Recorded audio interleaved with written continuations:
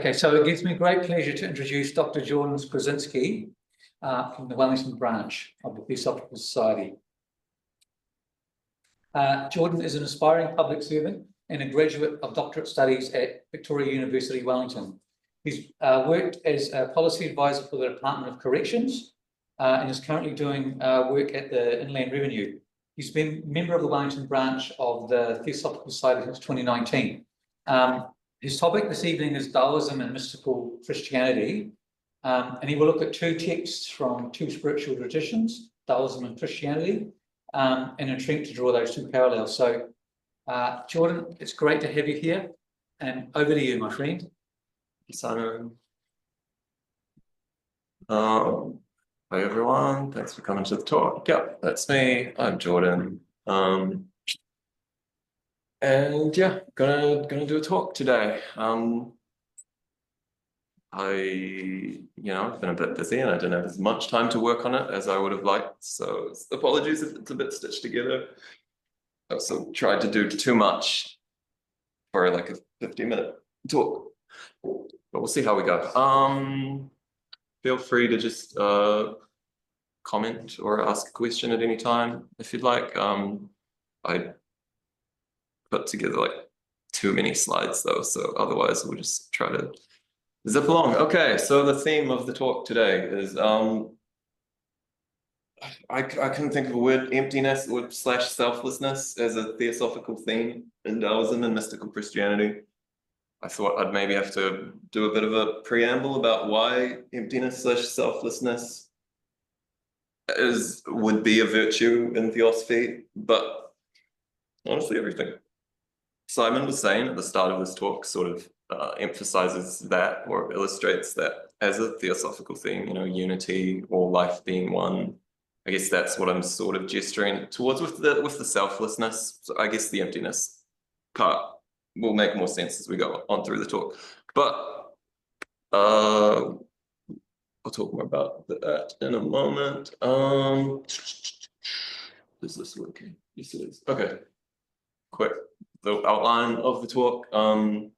Yeah, way overdid this. Okay, there's like a few sections. I'll just quickly talk about what I mean when I'm talking about theosophy and give some context for where you would sort of categorize this talk in like a academic categorization kind of way.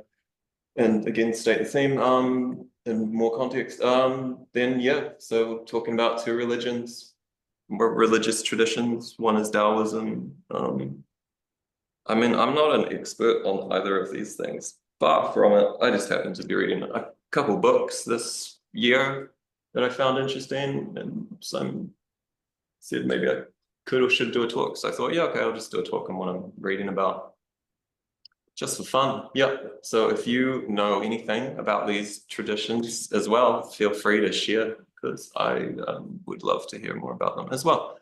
But yeah, basically I'll talk about Taoism first. I'll sort of do a bit of an overview, general summary, and then sort of do a bit of a closer analysis of a major text of Taoism. So couldn't decide if I should do like, more of an overview or try to go detailed into a topic. So try to split the difference and ended up doing both terribly. And that is the same for two different religions. And then I'll try to talk about the same with mystical Christianity, talk about it a bit, and then focus on one specific author. And then at the end, do some comparing and contrasting, because the whole idea of theosophy is that all the religions are talking about the same thing a little bit, but it's fun to test that, I thought. So that's what this talk is trying to do. Look at two religions at once and be like, okay, they're saying this, where's the common ground? And what does that tell us about us as people or our existence? Okay, yeah, so that's the structure of the talk. Okay, I'm really gonna need to speak this something. Okay, you can't quite see the slide. This says defining theosophy, 3 ways to be called a theosophist. Just to be clear about what I mean when I say a theosophical theme. So I just made up these categories, but they give a general, I don't know. So like one way you could be a theosophist would be like I guess a traditional theosophist or an orthodox theosophist that's, it is a religion. It has a founder. There are sort of canonical texts such as the Secret Doctrine and Isis Unveiled. If you were like a theosophist, you would, you know, be versed in those texts and maybe you'd believe them and try to live by them. I think there's another sense you could be a theosophist. It's like a lighter sense. I guess honestly, I probably more associate myself with the second one, is that it's just you believe in the theory, or sort of you're interested in the theory that all religions. And the reason I say I'm more this is just because I haven't read a lot of the Secret Doctrine or Isis Unveiled. I'm not that well versed in theosophical literature. So the way I see myself as a theosophist is someone who sort of thinks that religions are saying something similar. And I'm interested in that theory a lot. And it's cool to be able to talk about that idea with like-minded people here. Another way you could be a theosophist is you could just be someone who goes to somewhere that calls itself a theosophical society. And you could believe in no religion at all, and you could just be going to theosophy. I don't know why you would, but maybe you just like the vibes. Anyway, that's sort of how I'm approaching the talk. I'm not talking as an authority on theosophy. I'm just like, okay, there's this idea that religions are talking about the same thing. Let's explore that. Not an expert on theosophy either. Okay, more context for some reason. I just thought when you're talking about a religion and like what constitutes like the content of a religion, I just thought I got this distinction from Aldous Huxley. I was reading a book of his. He does like this book called The Perennial Philosophy, where he sort of tries to join all the religions together. I thought it was a really cool book. He had this distinction of like some religions talk more about metaphysics, some religions talk more about ethics. What I mean by that, if you're not familiar with the words, although yeah, they just occur in regular philosophy as well, is like metaphysics is like, you know, how is the world made? What are like the structural forces that, how are objects connected? How is everything connected? That's like metaphysics, you know, sort of. Yeah, and ethics is more like at a personal level, like, yeah, what are people supposed to do with their lives and why? Why is it important? Maybe examples, I guess, like Buddhism is very heavily on the ethics side, maybe, arguably. I guess parts of it are super metaphysical as well, but like there's a real strong emphasis on this is what it is to be human, this is how you should live according to like virtues that would make sense, and trying to direct you towards a very practical prescription for how you should live your life. Whereas, I don't know, maybe, again, all religions probably have a large element of both, but maybe Hinduism has a pretty complex cosmology and sort of description of all the different forces and the way they're connected in the world. And other parts of religions are like practical specific, like religion specific things like chants or prayers or meditation techniques. And also, yeah, they're often composed of stories like myths and legends and fables, but maybe the religion itself. And anyway, this talk is sort of closer to the ethics side because I'm a really boring person, so I picked the most boring option. But I don't know, I'm kind of drawn to the ethics stuff just because I find it, you could immediately connect it to a life in a sort of way that could maybe add immediate sense of value to your life. But the other stuff's great as well. But this is just sort of where the talk is approximately oriented around. That said, so when I was talking about emptiness, selflessness, I'm talking about it sort of as like this ideal virtue of like how someone should live their life. Which brings us back to the talk's theme. So like, sorry if the text is a little small. So when I say we're going to explore the theme, I don't know, here's just some sort of vague discussion questions that would go through the talk as we talk about the different religions. Like, how is emptiness/selflessness depicted within two different religious traditions? Why would it be considered an ideal? How can we integrate these concepts into our own lives? So these are just sort of vague research discussion questions to just give the talk a thread. So on to the, is that all good with everyone? Yeah. Thanks. Thank you. Great. Okay, so talking too fast. Taoism is the first topic. Again, I'm not an expert on Taoism. I just find it really interesting. Are people familiar with Taoism here? I feel like I've talked to some people about it. Yeah, I'm sure everyone knows, or maybe a lot of people know a lot about it. possibly more than me, so I'm again not an expert. Just think it's trippy. So I'll give a little overview, and then I'll talk about the book I was reading this year, and then try to explain how it illustrates this concept of emptiness / selflessness. Okay, so what is Taoism? For those who don't know, it's an ancient religious tradition indigenous to China, which emphasizes harmony with the Tao, generally understood as an impersonal, enigmatic process of transformation, ultimately underlying reality. So it's like the big core thing in Taoism is they believe in this force that sort of governs the world and tries to move it towards I guess, a state of unity and abundance, maybe even. I'll talk a little more about it in a moment, but just first, some general stuff, some facts, some fun 101 facts about Taoism. Yeah, you can spell it with a T or with a D for various linguistic reasons in trying to translate Chinese to English about, I don't know, was it 80, 100 years ago, maybe more. But I think I'm pretty sure it's pronounced Taoism. I watched a few YouTube experts. Yeah, I've listened to, and the ones that I was listening to call themselves Tao. Yeah, I think in China they would pronounce it Taoism because See, yeah, that's what I was saying as well. Yeah. most of them were not Mandarin speakers, they were Cantonese speakers. So whether there's a difference in the pronunciation, I wouldn't know. What I saw was, yeah, like the Tao is already sort of an existing word, and like it might have been Mandarin, yeah, and like it connects to other words, so like it makes sense to pronounce it Taoism. Taoism is not necessarily the dominant religion in China, nor was it ever. I think I briefly read that these are sort of the 5 most popular religions in China today, or sort of more religious adjacent systems: Confucianism, Buddhism, Taoism, Chinese folk religion, and Christianity even. I think Taoism was never dominant because, one, it was suppressed a bit by governments for various political reasons. It's a little rebellious in its nature.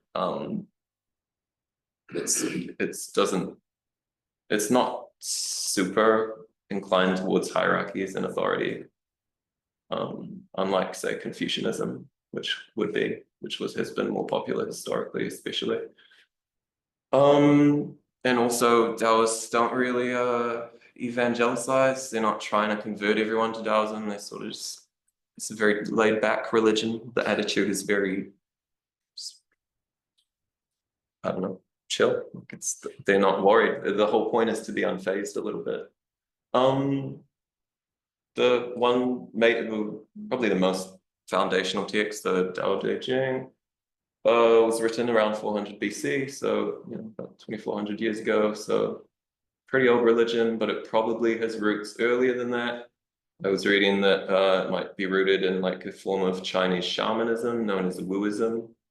Wu meaning like a wizard or shaman who could mediate with spiritual forces.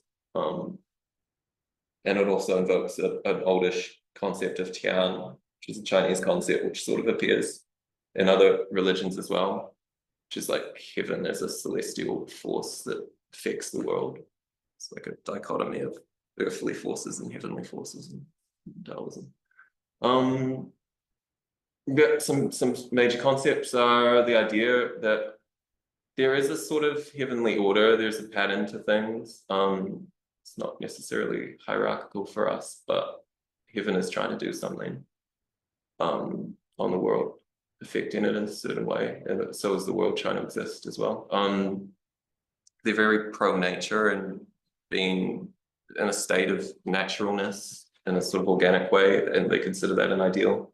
Harmony is huge, like existing in harmony with forces. Balance, likewise.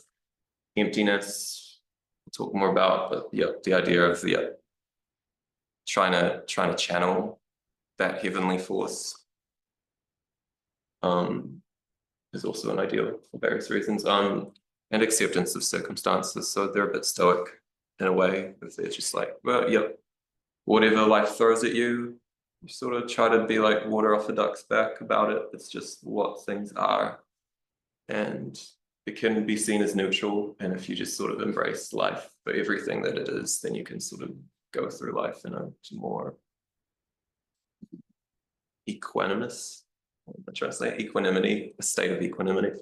Two of the most major texts are the Tao Te Ching and the Zhuangzi, I think it's pronounced, but it's spelled many different ways. Tao Te Ching is written by Lao Tzu, and the Zhuangzi was written by someone called Zhuangzi, although these people might not have actually existed.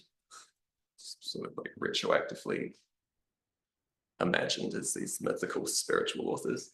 So what is the Tao? At the center of Taoism? Can be literally translated in many different ways. I think the most common way I see is the way, but it could also be the path, the course, seeing the technique. It's a hard one to pin down. And again, I'm not an expert on it, but sort of by definition, almost no one can be an expert on it because it is this inherently enigmatic force. Maybe in the same way that Christians often say that God is unknowable at a certain level, the Tao is also, our human minds aren't really at the level that could comprehend it. But some things said about it is that, yeah, it's sort of this ultimate mysterious force that tries to guide the universe along a certain way. What are its intentions? I've written for a state of harmony, but what are its intentions? We don't actually know. We couldn't possibly say. I don't think anyone knows, but let's see. We like to think of it as good. I think Taoists generally treat it as something we should ally ourselves with. And yeah, it can never be fully or perfectly understood, can just describe various reasons. Yeah, very popular quote, I think right at the start of the Tao Te Ching is the Tao that can be told is not the eternal Tao, the name that can be named is not the eternal name. If you think you know it, you're kidding yourself a little bit. Check yourself. It's a huge thing. Taoism is don't be too certain about what you think you know. A state of like humility about what you can know and what you do know is always recommended. Some Taoist ideas. What are we doing for time? Oh god. I'm not an expert on these. Just been reading about them. This idea of Wu Wei, I find super interesting. It could be translated as inaction or effortless action. It's the idea of it's action without action. It's going with the flow, sort of, in order to achieve the most. There's the quote at the end. The sage does nothing, and yet nothing is left undone. This is a huge idea in Taoism that the universe is sort of doing its own thing. The Tao is doing its own thing for its reasons. And since it kind of governs the universe, you would sort of be a bit mad to try to oppose it. It's sort of futile or at least self-defeating a bit.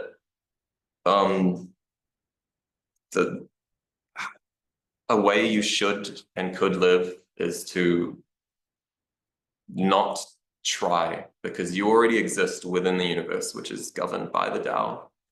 If you just stop trying to go in a way that is unnatural to you, or that's a projection of some, like a false ego, essentially. If you're trying too hard, you're not really coming from a natural place. You're not working with the Tao. And so they really try to emphasize this idea that there's a way of just being in tune with yourself and just letting your actions flow in a very organic way that makes sense for you, that will also harmonize well with the rest of society and the world around you. And if you can sort of achieve that, then you're in a good place. It's fascinating, George, because that's exactly what Krishna is saying in the Gita, in the Hindu tradition. I feel like it comes up elsewhere, yeah. Is it like an acceptance? Like tuning into that energy?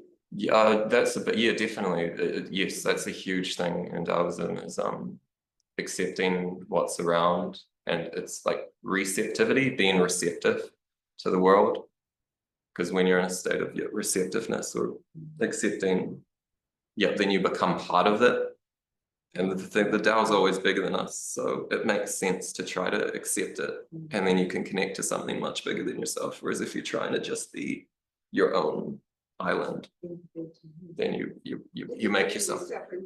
Box and the Tao's on the outside. Yeah, you're it's you against the world for no reason. So I feel like that's one of the most major concepts, but other ones, sort of how it guides you to achieve sort of reaching that state. There's another concept, Iran.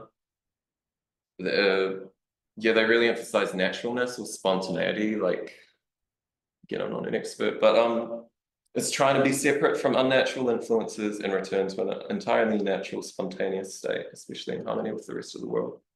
It's like, I don't know, the world is always trying to condition you in certain ways. Like everyone has, I guess there are, like, the culture has its own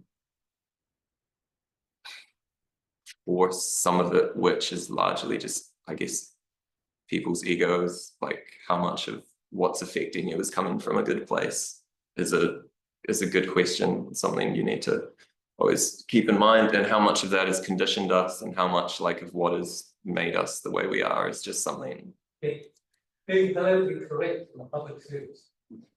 That if it's unnatural yet to you, maybe there's a reason. Maybe you should push back against that a bit. But it's the possibility that a lot of the things that are conditioning us, especially in like a given cultural context of society in a given time, maybe that's not healthy.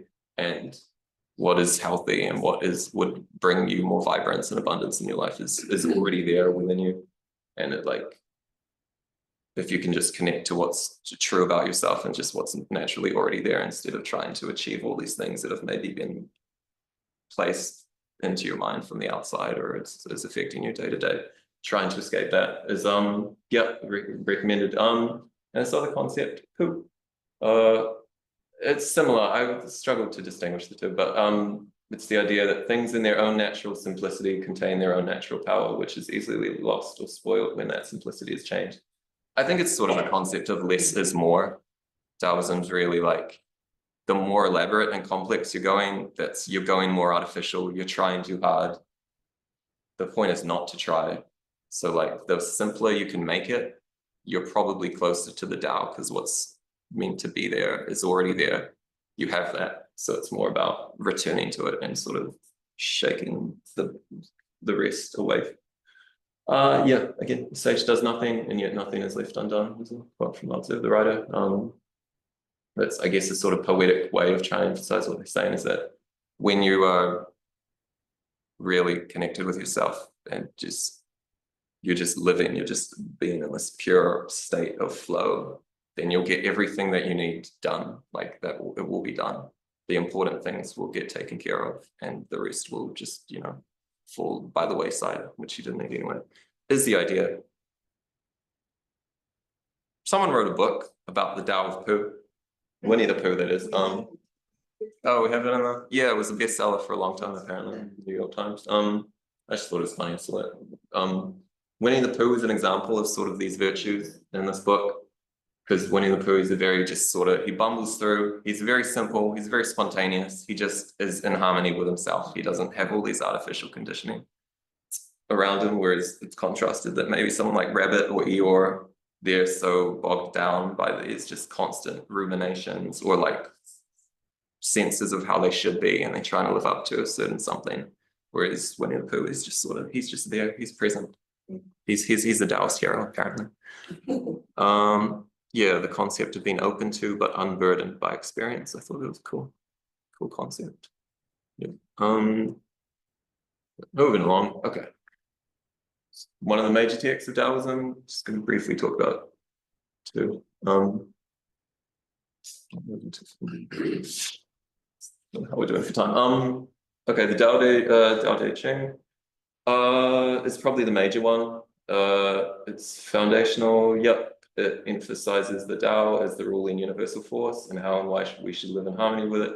It's super poetic. It's quite metaphysical, actually. this book, but I'm not talking about it as much today. Mostly because I just feel like I wanted to do a talk that was slightly newer to people. So like if you've done a bit of reading on Taoism, then you'll probably encounter this book very quickly, and it's great. It's amazing. If you haven't read it, it's amazing to pick up. There's so many just amazing passages that are just beautifully poetic and amazing. Here's a random excerpt. Well, not random, I just kind of like this passage. There is a thing mysterious and complete, born before heaven and earth. Silent and empty, it stands alone and unchanging. It moves in harmony with the universe. It is the mother of all things. I do not know its name, so I call it the Tao. A lot of the books just sort of these gestures toward this unknowable force, and like it's quite poetic. But I was just, I don't know, I was reading this year.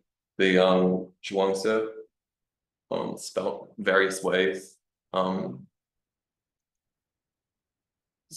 Most people say this was written after the Tao Te Ching, so it's not as foundational, but it's around the same time and it's probably one of the two major pillars of Taoism.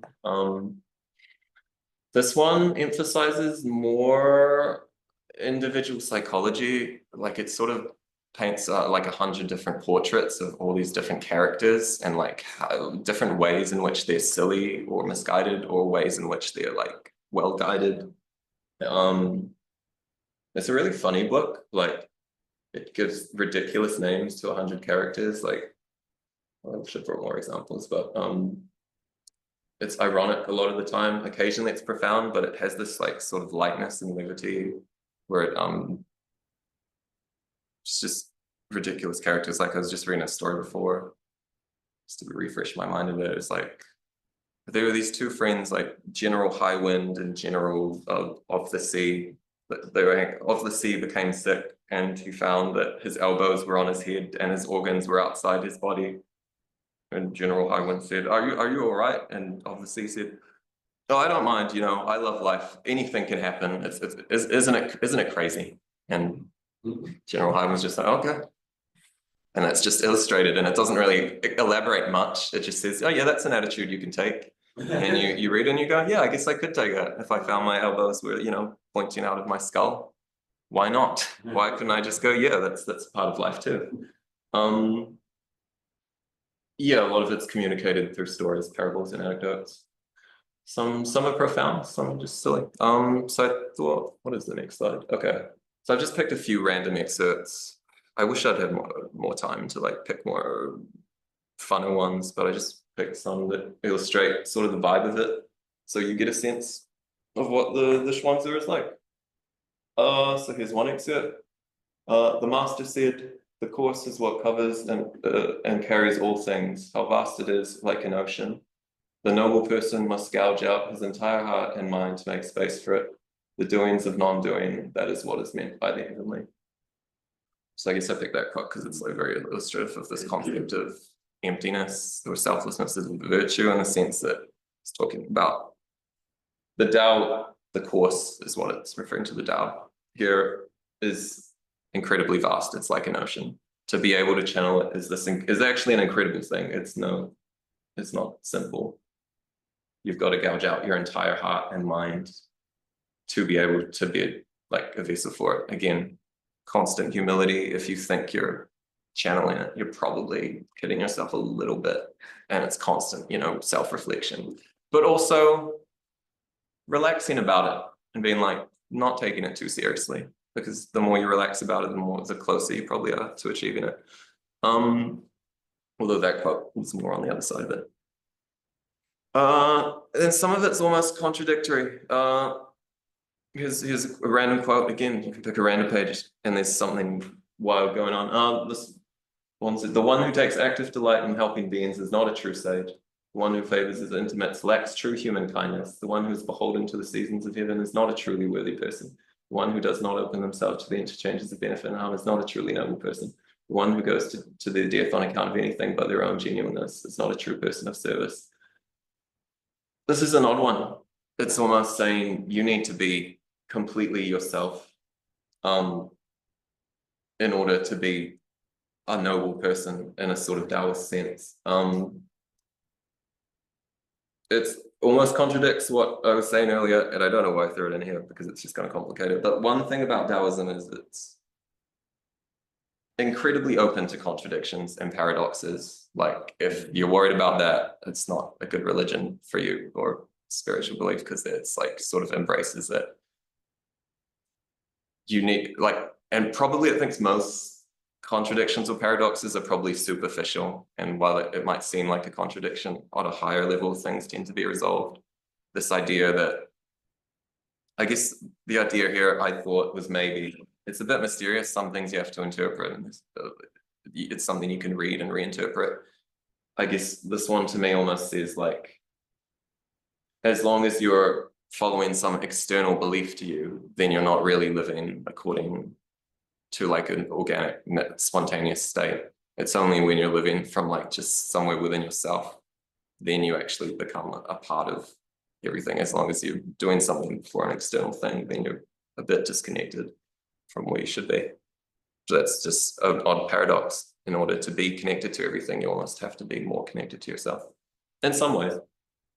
But again, it's constant paradoxes and reappraisals and just checking in. Here's one that's also, I think, super illustrative. What's the point? The Yellow Emperor traveled north of the Red Waters, where he ascended the slopes of Mount Kunlun to cast his gaze all over the south. When he returned home, he discovered he had lost his dark pearl there. He sent Knowinghood to searching for it, but Knowinghood could not find it. He sent Insulted the Eloquent to search for it, but Insulted could not find it. Then he sent Imageless, and Imageless found it. The Yellow Emperor explained, "How strange. Imageless is the one who was able to find it." I don't know, that one kind of spoke to him. You could meditate on that one all night. Yeah, I thought it was a good one. Yeah. I mean, I could project my own meaning onto it, but I don't know if it speaks to people. It's fun, yeah, the ones that like will just say like, oh yeah, there's an emperor who lost something called the Dark Pearl and needed to get it back. It's never again explained who the Yellow Emperor is or what a Dark Pearl is. It's just the way it presents the story is like, you just get the idea, oh, that's something important. To regain that something important, this character called Imageless, who you know nothing about except that he's imageless, or they're imageless, supposedly, probably. That's so to me, academic learning one could get you there. Yeah, I think any kind of projection that you think you have an answer, as long as you think you have an answer, you probably actually don't. And it's the one who doesn't that is able to actually reach where that they need to go. So yes, some fun parts of the Schwanzer. So yeah, again, the theme was emptiness and selflessness. So they were the questions I was asking. So this question is just there to remind us, like, well, yeah, I was asking, how is emptiness depicted in Taoism? How is emptiness? Why is it considered a virtue? How can we integrate a Taoist concept of it into our own lives, emptiness and selflessness? And this is just writing. I was just random. Me just yapping. Emptiness, selflessness is depicted here in the sense of being in perfect harmony with the Tao. The less we try to impose our will on the world, the more we try to work with the world instead, the further we may find we end up going. Taoists hold that we can do more by doing less. In effect, we can become more by being less, which is sort of what I was saying earlier. Appreciating the world as a complex interplay of natural and divine forces within which we are only a part may encourage us to try and be more receptive to the world and listen to both the world and our inner selves more carefully. When we're more aware of ourselves and others, we'll be able to live through our intuition and instincts more easily, which will help us to reach a deeper sense of authenticity in our lives and within the social world. I don't know. So yeah, again, being empty, being imageless, being a channel for the Tao. To me, that says emptiness / selflessness. The idea of selflessness here is to be somehow both with self and without self, but again, it's paradoxical. This is a meme I saw. I just thought it was a funny counterpoint to Taoism. It's almost a critique of Taoism. I'm sorry, it's a bit hard to read. Someone's added the commentary, this too is Taoism. I think it's just a scene from a children's book. Haggis has a hole in his roof. He never fixed it because on rainy days, it's too wet to work, and on sunny days, it doesn't need fixing. It's sort of like, I think a critique you could make of Taoism. They're very, you know, go with the flow, be in the present moment. I mean, it raises a valid question, but okay, maybe sometimes you do have to think ahead, or sometimes you have to do something that takes a bit of effort that might not seem in perfect harmony with the situation, or things don't get done. But maybe that's a superficial critique, and maybe to truly live in harmony with the flow is to, you know, be thinking four-dimensionally. You know, you're thinking across time, you're thinking about simultaneously the present moment, but also everything's connected. So to be truly in harmony is to sort of living in such a way that anticipates things that are coming, but not doing too much. You don't need to overplan. You just, I'm sure Taoists would fix the hole in their roof if they really needed to. But you know, it's sort of, I mean, it again brings up a real critique, because I've tried to integrate Taoism into my life. I've like held it up as like, in my mind, I'm like, yeah, I'm going to be a real Taoist. And then when you don't have a set code of like how to live in the world, in almost any given situation, you can be like, well, I can reappraise how I'm going to approach this. You can end up being sort of, I found my experience with it was like, you can sort of do anything and be like, yeah, that's spiritual. Today the flow is this. Tomorrow the flow might be this completely other way. Today it's this way, and then you sort of end up walking in circles a little bit. So that's a possible fear. Maybe it's something that can be overcome. Yeah, so that's Taoism. Anyone have any thoughts about it? Does it make trapped into our lives in some ways, you know, into the material world to survive and that? So I think it's a case for compartmentalization in some ways, to be able to, you know, consider these ideas at the same time running in parallel of what we have to do. I think they're also like hugely sympathetic to that. They are very much like, the world is the world. It's been given to us. That's the circumstance we're born in. Somehow the Tao has taken us, like grand force has brought the world to this point. We shouldn't be like totally fighting the whole thing, and like, because it's there, it makes more sense to be like, okay, there are some things we got to do. I have to live in the material world. What's the way that is like the minimal amount that I can exist within it to still be true to myself, while also, you know, not running into conflict with the world. But yeah, compartmentalizing, I agree, because you almost have to take this spiritual part of yourself and almost put it somewhere to the side of the material thing, somehow hold both at the same time. I agree with that, yeah.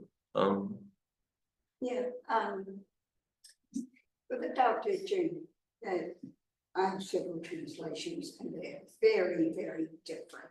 Because if it's taken literally, it's the instructions of a sage to a king on how he's going to rule the world. And then it can be taken very spiritually. One book I found was very helpful in explaining it in a way that's comprehensible to Westerners, is a commentary on it by Wayne Dyer. And I meditated on each sort of stanza. Look, it took me well over a year to go through it. And Wayne said it took him a year to write that book because he'd taken the same method. And another book that I came across as a teenager, which really made an impact on me, and I can't remember the author, but I've got a suspicion it is in the library here, is The Monastery of Jade Mountain, which is was written by a Russian refugee around about 1946, 47-ish. Or that's when he had the experiences. He had already left China by the time that he wrote this book. He's written several others. It is, I believe, online. It can be read online. That is The Monastery of Jade Mountain. And it's presented as a voyage, but in it, when he goes to the monastery, the monks explain things to him. So it's actually, whether it's a historical thing or not, I don't know, but it's actually a vehicle for explaining the teachings. Yeah, well, that sounds cool. I feel like, yeah, there's always more to explain there. But at the same time, I get this impression from Taoism that you also could also, you don't need, I don't think it is super emphasizing on like the theoretical side necessarily. it's very much this like lived thing. So I think taking a year to integrate it and just reflecting on passage by passage. I think you find one good passage that connects you to the sense of the Tao. That's it. That's all you need. You should be reflecting on the feeling and what it feels like experientially to connect to it rather than a theory. University, they don't do any of the Chinese religions because they can't put their fingers on them. Them down. That's the thing. They're so like just gestures of something that I think it's more something to feel than.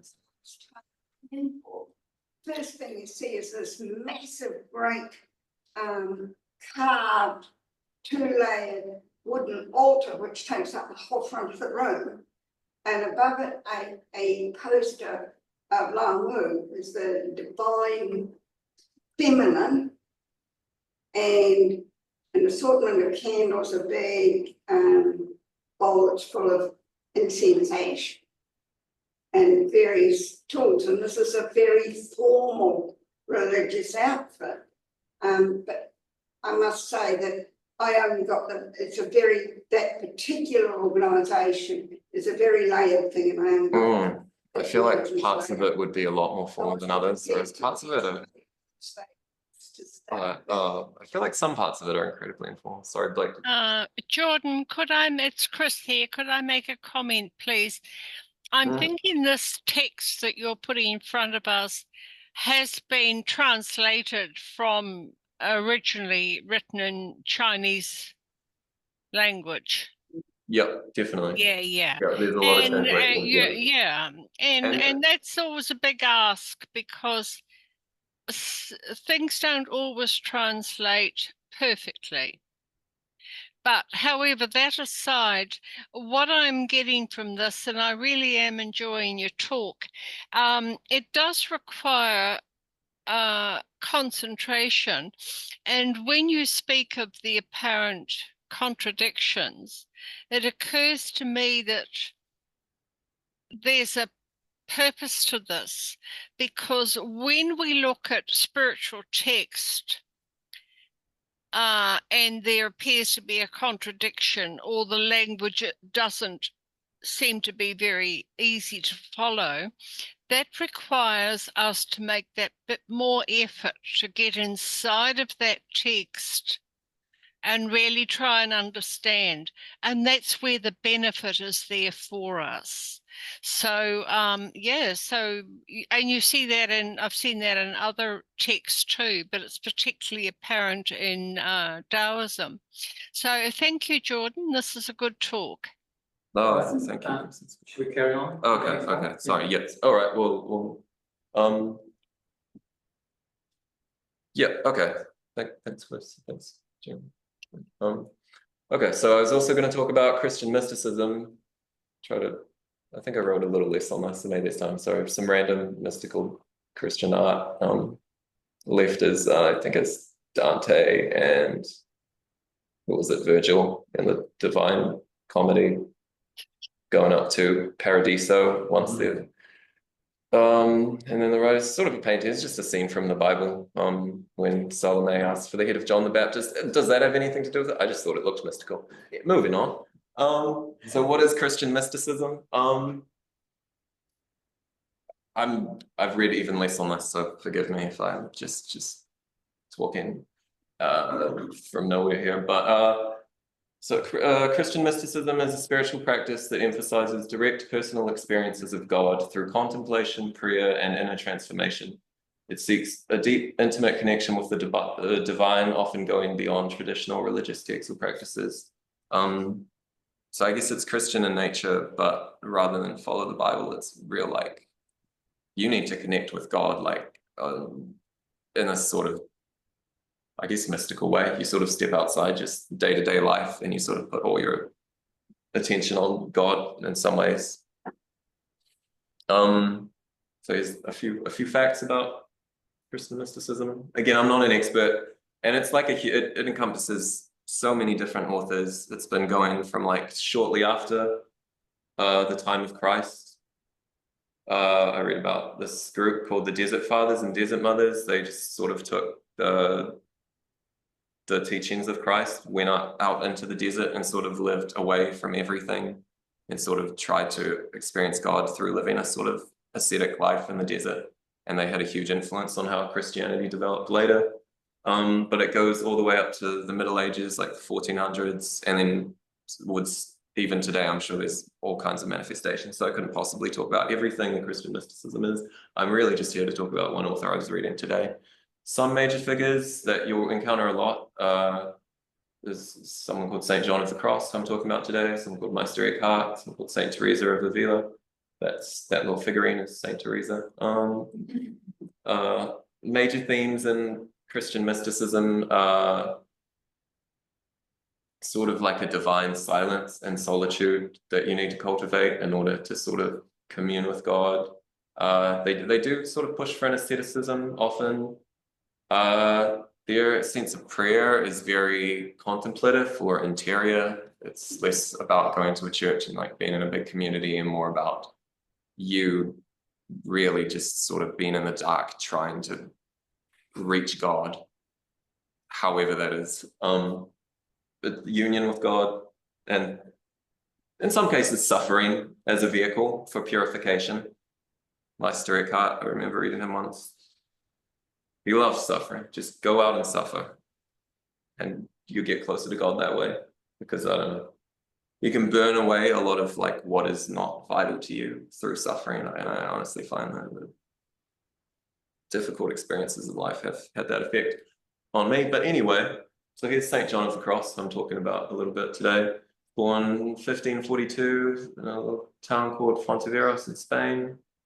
Died in 1591. Not that old.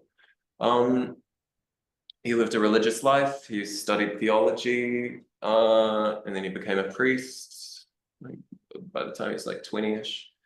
Then he met Saint Teresa. He followed her in joining this order called the Carmelites. And then Teresa and Saint John of the Cross wanted to form their own subsect called the Discalced or Barefoot Carmelites, because they didn't think the Carmelites were being spiritual enough. They thought they were becoming a bit too decadent in some ways. But because he was trying to shake things up, he was imprisoned and tortured for a little bit, I think a year or two, maybe a year. And then he escaped after a year or two, yeah. And then he was sort of had to live on the run a little bit for the rest of his life, but he kept writing. He wrote famous mystical Christian texts such as The Dark Night of the Soul. I think when you hear that phrase, that concept comes from St. John of the Cross. And he wrote The Ascent of Mount Carmel and was canonized as a saint in 1726. And that's the text I'm sort of was interested in or was just reading this year by chance. You know, I honestly thought it was funner in memory than it is in reality, and reading through it, it's actually quite a heavy-handed almost text. It's not fun and lighthearted the way the Zhuangzi is at all. Saint John wrote it between 1578 and 1579 after escaping prison. It's regarded as one of the most important and profound works of Christian mysticism. So if you are interested in it, that subject, possibly worth a read. It's largely concerns itself with this concept of what he calls the dark night of the soul, which is really, I mean, in common language, it's just, I think it's a bad time in your life. But I guess the original meaning is it's a really bad time in your life. It's like yeah, so it's not too far from it. It's when your like faith is absolutely tested, when you're like pushed to the absolute limit, to the point where you're like, maybe God doesn't exist. I really tried so hard to believe in God, but actually things have gotten so terrible that I'm now on the point of giving up God. Sort of the epitome of the dark night of the soul would be Jesus crucified on the cross saying, God, why have you forsaken me? That was his, not a whole night, but well, I guess he was up there for more than a night. His dark night of the soul, almost Jesus, you know, lost faith in God while he was crucified. And that's analogously, maybe we have our own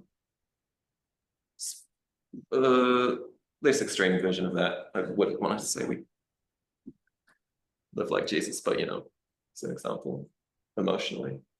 Yeah, so we have to go through this dark night of the soul in order to achieve true spiritual completeness. And a lot of it occurs through means of negation, through like burning away or purifying ourselves of that which is false and that which is not God, in order to create a channel for God to connect with us. So there's this idea that until like everything that isn't God is expunged from us, then God can't or won't sort of form a complete union with us. And that's sort of, and the whole book sort of goes on this journey. It's just described early on as he sort of divides it into 3 parts, but at other times he divides it into even more parts. But there's really 2 main parts and then the good end. But these 3 parts of night are all one night. But after the manner of night, it has 3 parts. For the first part, which is that of sense, is comparable to the beginning of night, the point at which things begin to fade from sight. And the second part, which is faith, is comparable to total darkness. And the third part is like the close of night, which is God, which is now near to the light of day. Because yeah, first you go through something St. John of the Cross calls the dark night of sense. And then that's like the beginner. That's yeah, you're like, oh, the material world's a bit tough. I'm starting to, I want to move closer to God. How do I do that? As soon as you have that moment, the world becomes a little more difficult to be in for you, because you've had this sense of like, maybe there's some other way I could be. There's a highway I could be, but I don't know how to get there. But it's also a bit of an optimistic time, because you're like, hey, I've sensed this other highway of being. I can start to move towards it. And you like go in with this optimism of, yes, spirituality, I'm gonna just transcend. But then you haven't even hit the like scary part, which is the dark night of faith. That's where, as St. John of the Cross suggests, is you have like essentially made the commitment. You're like, I'm going to live completely spiritually. I want to be connected to this God state. But nothing's changing, and you feel like you're pushed to the point of giving up everything, or maybe just things have become so difficult and God isn't there. You just, whatever first intuition you had or sense that you could follow this path to God, you're led into the middle of the woods, and there's just the path stops, and you're like, I'm in the middle of nowhere. I gave my whole life to this thing. Where is God? They're not here. And that's when it's like super panic mode, supposedly. But if you can push through that and break through the dark night of faith, you reach the point where you actually do connect with God. God reemerges, and you reach this state of everlasting sort of bliss. That's how it's described a bit. We'll talk a bit more about those parts of the dark night, just because that's what the talk's about. So the night of the sense says, yeah, again, sorry, I jumped the gun a bit. We start to think, yeah, maybe God is how I could achieve joy, sorry. But we can't quite fully commit to that. During this time, we might start to lose interest a bit in material experiences. Sort of it's 1 foot in the door, 1 foot out, though we're often drawn back in. I don't know. The reason this is interesting to me is just, I don't know, I guess I felt sort of parallel emotional experiences to what he's describing, but maybe he's talking so generally that anyone could, but I don't know, I thought it was interesting. It sounds like he's onto something. So something he said is that like meditating becomes more difficult because just something bugs us. We're like, we want to be connected to God, and we try for a bit, but then it's not happening. I hadn't heard any spiritual writers say like, hey, there's a time when meditation might stop working. That's an experience I had. For the first few years of meditating, I was like, this is great. And then one day it was just sort of like, why can I not meditate anymore? And St. John of the Cross was like, hey, this happens on the path. He sort of recommends at that point you stop doing a certain kind of meditation and you just start focusing on just connecting to God. And it's not clear exactly how that's different from meditating exactly, but instead of trying to be pure emptiness, you really try to switch your attention towards closeness to God as a practice, as like a meditative prayer. I don't know. I haven't really given that a try yet, but I might. Yeah, and it's a time when we're anxious to want to be living according to God, but yeah. And we can remain in the state for many years, maybe decades. Oh gosh. So here's a quote from the text. The reason for which it is necessary for the soul, in order to attain to divine union with God, to pass through this dark night of mortification of the desires and denial of pleasure in all things, is because all the affections which it has for creatures are pure darkness in the eyes of God. And when the soul is clothed in these affections, it has no capacity for being enlightened and possessed by the pure and simple light of God. There's some brutal quotes in here. Oops. And it didn't help that I was real manic when I was writing this at the last minute and pick some. All the being of creation then compared with the infinite being of God is nothing, and therefore the soul that sets its affection upon the being of creation is likewise nothing in the eyes of God. So St. John of the Cross is really like, hey, if you're still worried about the material world, you're not going to make it. You're not going to make it to God. I don't know. Is he an authority on speaking on it? It's an interesting take, and I think it's having that extreme is an interesting sort of point of reference to have in your sort of spiritual sort of library of ideas. Be like, okay, there are some, it's like, the real serious ascetic who's like, hey, stop kidding around with this. This is like serious stuff. And if you don't take it 100% serious, which is a huge counterpoint to the, the Taoism, which is like, just chill out about it. It'll be fine. I thought it was interesting. I don't know how I ended up reading both and saying. So that's the dark night of senses. Then there's the night of spirit, which he called midnight earlier. He says we have to destroy like almost every mental faculty we have. Before we were killing senses, now we're killing like the brain itself.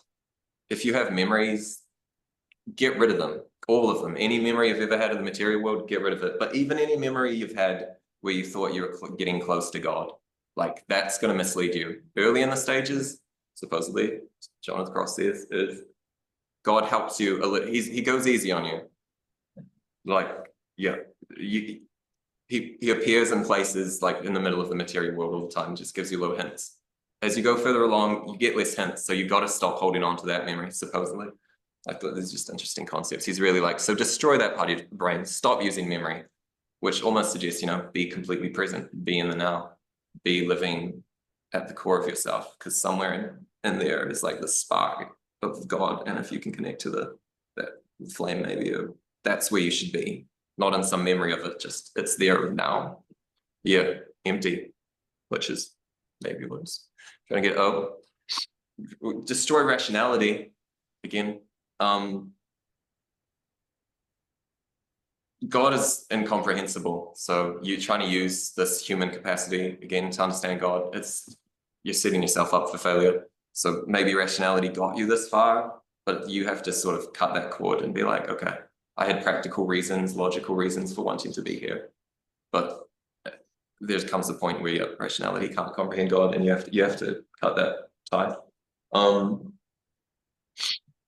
And yeah, we have to destroy our sense of will. We can't want anything but God, even as we go through terrible chapters of affliction and strife. Even like if you want liberation from a bad time, then you don't want God, you want freedom from pain. And as long as you want this thing that is less than God, then you're not going to reach God. So you have to give up like you have to destroy every aspect of your consciousness to reach them. So it's no wonder that so few do. Maybe, if any of this is somehow true, in some sense. And some quotes on that dark night of, what's it called? Dark night of the spirit or faith. And thus, if it be true as it is, that the soul must proceed in its growing knowledge of God by learning that which he is not rather than that which he is in order to come to him, it must proceed by renouncing and rejecting to the very uttermost everything in its apprehensions that it is possible to renounce, whether this be natural or supernatural. So yeah, again, you crush the material world within yourself. You even crush like so many of you, what you held to be spiritual ideas, and just have to live by pure faith, essentially. He talks at length about how, yeah, you need to reach complete darkness because God is like this light, this like tiny light, and that you could only ever see once you put yourself into a state of complete darkness. As long as you have any of the material world interfering with your perception, you won't be able to see that like subtle light. But if you can get there to that state of darkness, then you'll see light, and then maybe you'll find a way to go. Oh yeah, sorry, so I'm just commenting on it. We can't reach God through any positive logic because God's too far beyond us. We can only reach God by gradually renouncing every aspect of our consciousness that binds us to the world. We have to become hypersensitive to the most minute trace of God, i.e. truly blind faith. Only then can God finally reach and enlighten us. And if we manage to do that, oh, never mind, here's another slide. Forgot to talk about. Yeah, this road to God consists not in a multiplicity of meditations, nor in ways or methods of such, but consists only in one thing that is needful, which is the ability to deny oneself truly according to that which is within, giving oneself up to suffering for Christ's sake and to total annihilation. Yeah, so yeah, brutal guy, serious guy. You got to be ready to just absolutely be destroyed. And then if you can do that, I forgot another slide. In order to arrive at having pleasure in everything, desire to have pleasure in nothing. In order to arrive at possessing everything, desire to possess nothing. In order to arrive at being everything, desire to be nothing. In order to arrive at knowing everything, desire to know nothing. In order to arrive at that which thou art not, thou must go through that which thou art not. You got to go through the nothing. It's like incarnation, right? It's a movement from unconscious to conscious perfecting. We're already part of the one. Problem is we don't realise it, right? The Buddha said we're asleep. The only difference between you and me is that I'm awake and you're asleep. So we're already divine right now. The problem is we don't know it. So you have to go through the incarnation for that purpose. Wake up. Yeah, I that's left somewhat mysterious. What that last two lines said. Oh yeah. You must go through that which thou art not. Mm-hmm. Yeah, The there's. purpose of the incarnation. Mm-hmm. Yeah. There's God's mysterious. There's a divine plan. That's classic in Christianity, and that is a classic here in St. John of the Cross. You're going through this for a reason, so you need to embrace it. You need to not run away from it. Isn't that what they call being self-realized? And yeah, and so you really just come to know yourself. But I mean, Repeat the question for the minus. Louise asked, is that what it is to be self-realized? You completely realize what you are. will know yourself, or actually I'll follow up self-realized, but I think it sort of is. It's I mean, I'd agree. Yeah, I mean, theosophy. So, I think they're all talking about something similar. Yet the more there's authentic aspects of ourselves. I think Taoism was talking about that, about how we have this natural, spontaneous, organic part. And that's the part we need to connect with. And I think the Buddhists, we need to wake up from this sleeping part of ourselves. And There's something that's in us too. When you self-realize, you may not be aware of what you are or what it is, but it takes a process for you to realize who you are and maybe God or what's in you, and realize yourself and what you're thinking and stuff. But I don't think at some points, obviously it's a growing process of some sort. no, I think definitely, yeah, but a mysterious one. But in Christian mysticism, suffering again is emphasized as hugely important for self-realization, because hardship, being challenged, makes us ask, wait, what's actually vital to me? What am I holding on to that's causing me pain? What parts of me do I need to let go of by necessity? And once you've seen that, once you know what's actually important, then you can stop after the suffering's over and be like, hey, what are the parts I actually want to nurture? What were the parts of myself that actually mattered to me? And how do I grow those parts instead of the other parts that maybe got me into this situation? Maybe, I don't know. So in Buddhism, you would talk about the attachments you leave behind you attachment to pleasure, your Mhm. attachment to possessions, Mhm. your attachment to knowledge. And then Christianity, like the sermon that the week was about the camel going through the eye of the needle. Now, my understanding was different from the preachers at that time, that the eye of the needle was a postern gate in the main gate. Camel could get through there, but only if he left his load behind.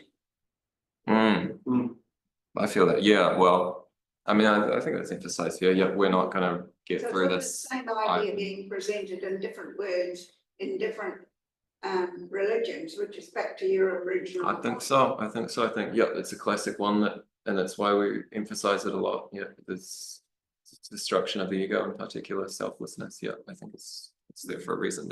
They're all trying to tell us something, that's what I think, and yeah, if you get through that, you achieve the state called, this is the ecstasy of Saint Teresa. It's just a cool statue in Italy. So it's a bit extreme. This I guess that's meant to be an angel, and that's the moment they connected and reached that state. Saint Teresa made it. Don't know if she's a saint though. I didn't actually get to the end of the book of the Dark Night of the Soul. So he talks about it's very, understand it intuitively. It's, paradise. It's a paradisical state. There is potentially another state you could reach after that St. John of the Cross talks about, but that would require you to die, really. So it's the highest state you can be in on this plane is like this permanent unity with God as long as you're here, but you need to go through this dark night of the soul. And once you get through the dark, the sun comes out. It's beautiful. So yeah, then I was like, yep, well, how does emptiness and selflessness, because that was the theme of the talk, come up in this text that we just talked about? Things we've talked about already. I wrote, God is at the center of us, beneath layers and layers and layers of material conditioning, or at least God can only communicate with us once we create a clear channel. To become empty or selfless here, in this context, it means to be completely absent of any element that is not of God, or maybe of ourselves. Yeah, we're the camel, we've got to ditch the pack. What about this sort of divine emptiness could be considered an ideal, because to be connected to God is presented as both a supreme good in itself and also would be an experiential state that would be equated with absolute joy or fulfillment and meaning. So absolute fulfillment, absolute meaning. I mean, that's the thing, like St. John of the Cross, he's like, you should be trying to get to this God state, but he doesn't spend a lot of time being like, this is why. It's just sort of taken, you want to be connected to God, right? And I guess you got to be like, yeah, well, yeah. But why? Maybe you need to connect that dot yourself. I've said, we've probably all had moments where existence feels like heaven or perfect. Maybe if we can empty ourselves of all our behaviors that are not of God, we could achieve that sort of feeling in a more permanent way. I guess is the dream or the goal at the end of this, St. John of the Cross. But the way to get there is negation, becoming more empty without a self, but also more the self, that paradox. Anyway, yeah, one emphasis is we use faith to get there, because faith is this thing we can hold on to at the center, get rid of everything else, do it by faith. I'm taking up a lot of time, so I'm speeding through this a bit. We talked about it really quickly. I was going to talk about comparing the two in a quick way. Do you think we have time? So I don't know. It is throwback to theosophy. Yeah, that's Hilma F. Who is a theosophical artist. So I thought, a lot of this concept of, growth through planes, a journey to. It's one of the three from older. There's two others, yeah. Oh, yeah. That's very simple, like the good stuff. People freak out about. Yeah, this is probably one of her most famous works. Yeah, absolutely. Very good illustration of your point.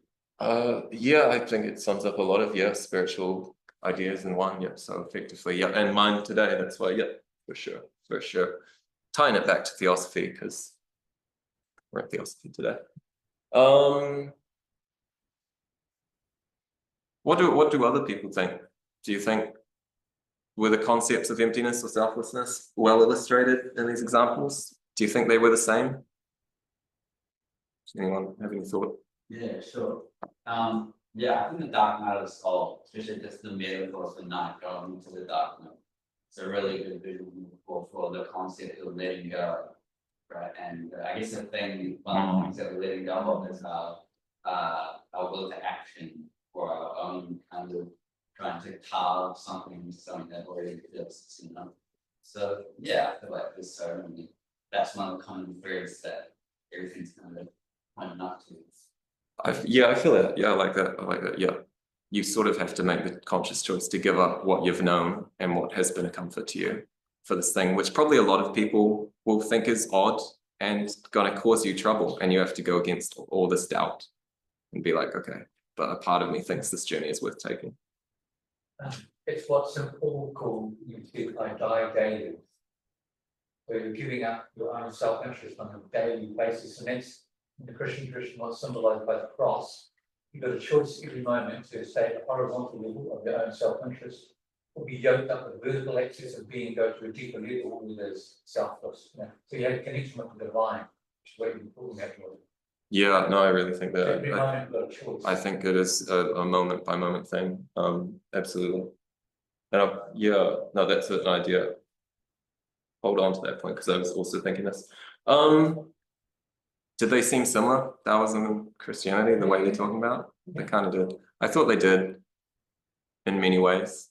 I also thought they didn't in some ways. Yes. Yes. They arrive at the same place, but in two different ways. Totally different ways. I thought one way to distinguish it was sort of like emptiness and selflessness in Taoism is really a world fullness. You're completely embracing of the world and being a part of it and living in perfect harmony with it. The less of yourself you have, while still being essential, your essential self, but your essential self existing as part of a collective whole. Whereas in this text, St. John of the Cross, it was almost the opposite. He was almost like, get out of the world.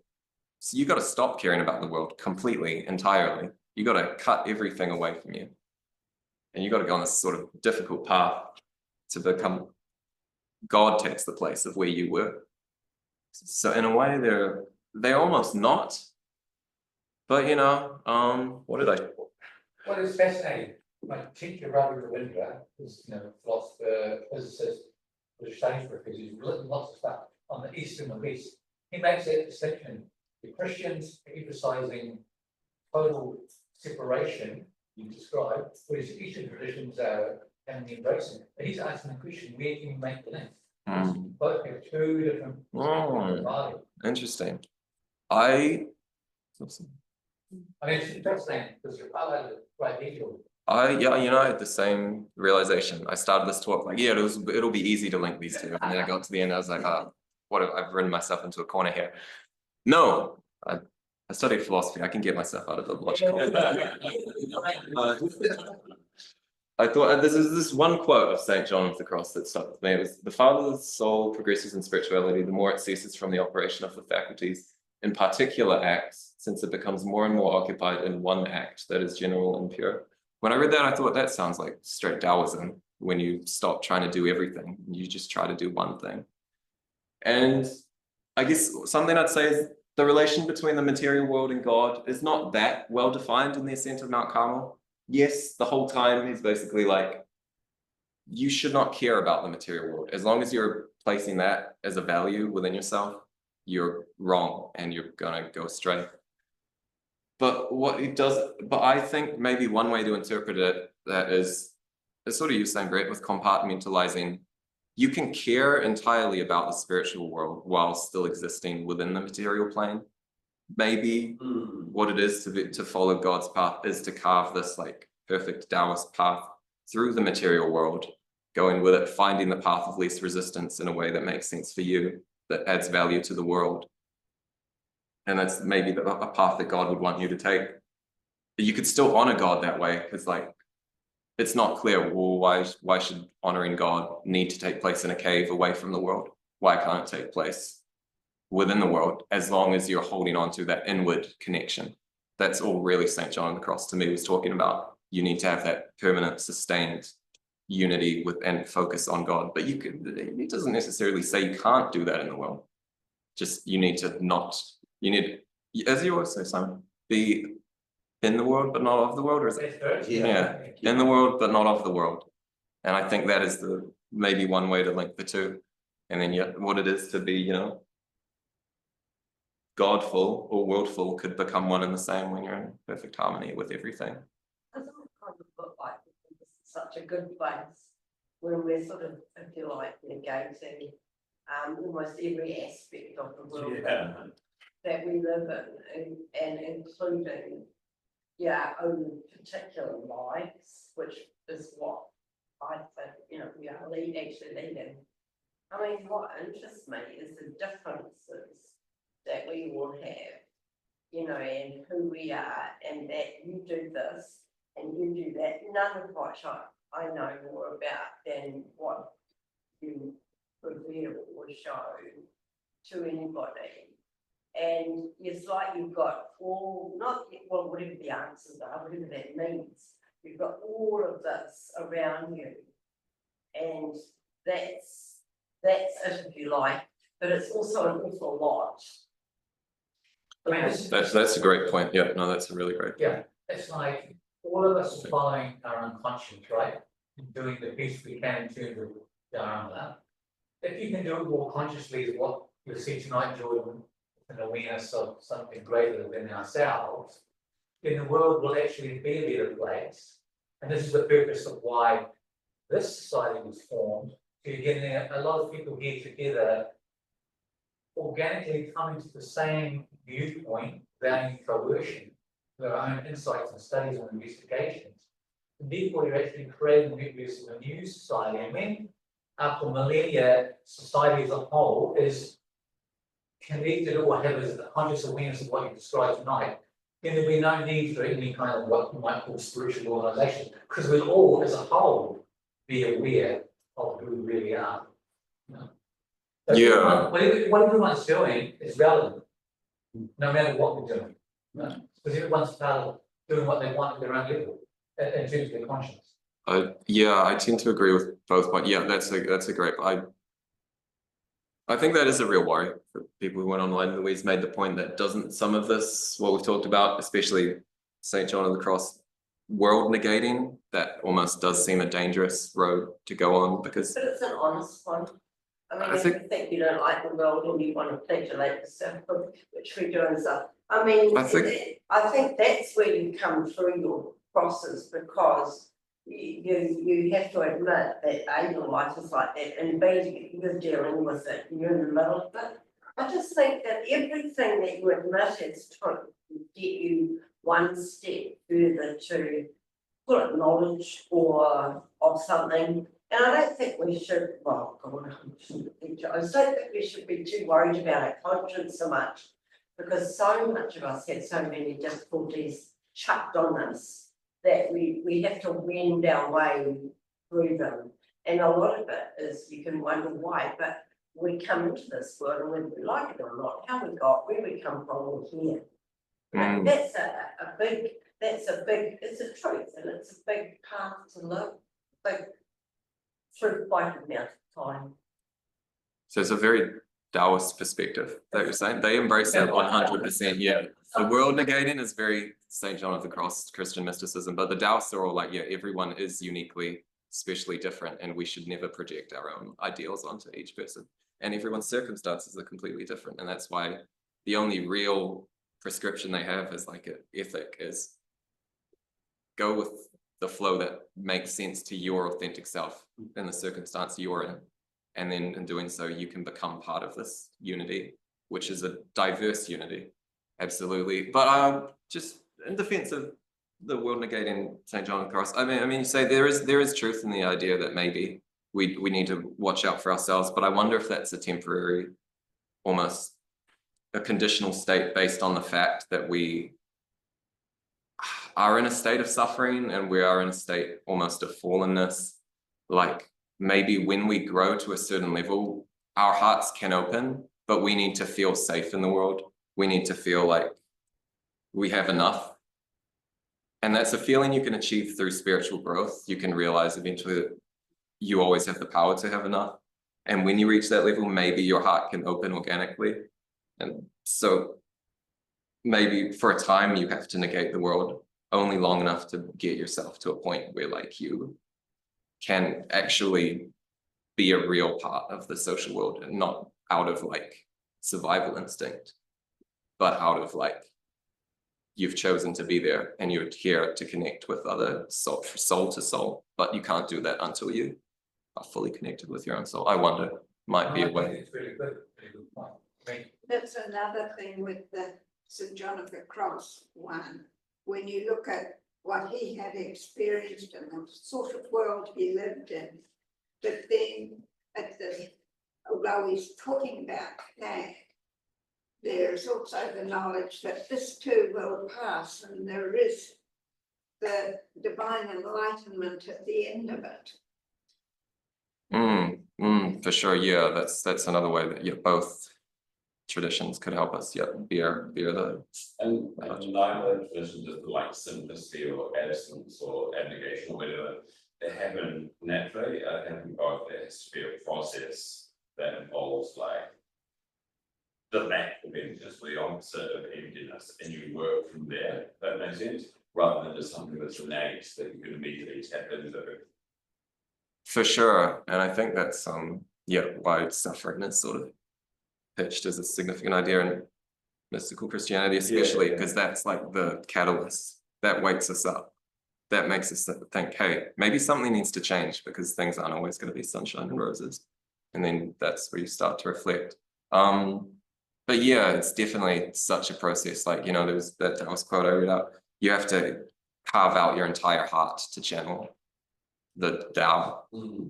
That's a process. That's just not our natural state at all. For some reason, we need to, the more aware we become of what we've been conditioned to be. And that was definitely in St. John of the Cross as well, being like escaping the material world. Yeah, I fully. Both sides here are awareness of suffering. Sorry. Both sides here are awareness of suffering. It's transformative, somewhere it can be transformative. It's not that all suffering, I suppose, has to be necessarily transformative. I've found me personally, but in Taoism, you've got given awareness of suffering to be able to circumvent. The concept of Taoism, is a little less transformative, almost. They're almost like, maybe I was conflating them in how I described it, but like the story of how you could have elbows, just the world has made your elbows start appearing out of your head and your guts are falling out. But you can just be like, oh yeah, that's fine. Like the Taoist suffering in Taoism is almost like, it's a feature. It's not a bug. I don't know what it does. It's just kind of a part of life. It's part of the grand tapestry of different, novel, cool, which is why it'd be a hard one to take seriously, like when push comes to shove. If you were really in a bad situation, could you really just go, oh, bad things happen. I'm a Taoist, so I don't mind. I think that's a hard state to. Sorry, I cut you off a bit. Christianity wouldn't claim that because the suffering. No, no. They are about it. Yeah, they really pitch it as a positive, whereas Taoists are more like, well, everything's a little bit neutral. Everything's neutral and a little bit good, like good neutral. Whereas Actually, it's like that's how you become self-mastered. And I think, that's the advocate that in your speech. I think that that's a little bit like that Taoist thing where how you see things, you can see arms coming out of people's heads and see anything you like. But if you train your mind or you are kind of learn, or I don't know how to describe it, then you don't have to have such bad reactions to things. You can maybe see things at distance, the objectivity of it, and distance yourself. Sure, yeah, understanding things in a more context and the more experience of suffering and awareness and consciousness. The more you see the world through like open eyes in a fuller picture, I think you can. But it's so curable, because then when things become curable, we feel context. We have fear and we suffer. But it's certainly an interesting point. I think the concept of some people will say that's almost like the classic anti-Christianity, anti-spiritualist argument is, okay, but suffering, you can't always just hand wave it away. It's almost a terrible thing.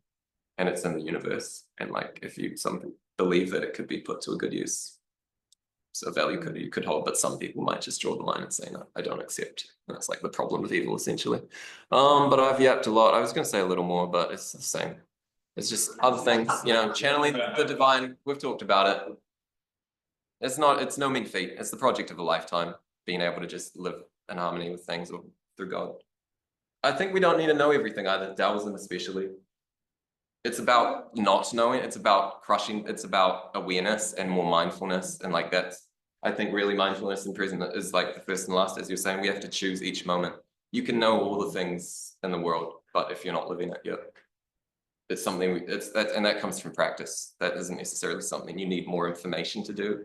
It's something you need to start being like, hey, I've learned about this a lot. Am I actually going to start paying attention to my emotions? Am I going to start tracking myself and holding yourself to account? Making it sound like this corporate thing. But anyway, yeah. And I don't know, listening, receptivity, emptiness, you know, selflessness. I think listening is inherently a selfless act because that means, hey, you take yourself out of the center. And then that means you put a different part of the world as the center, and then you connect to it. Speaking of which, thanks for listening. Woo!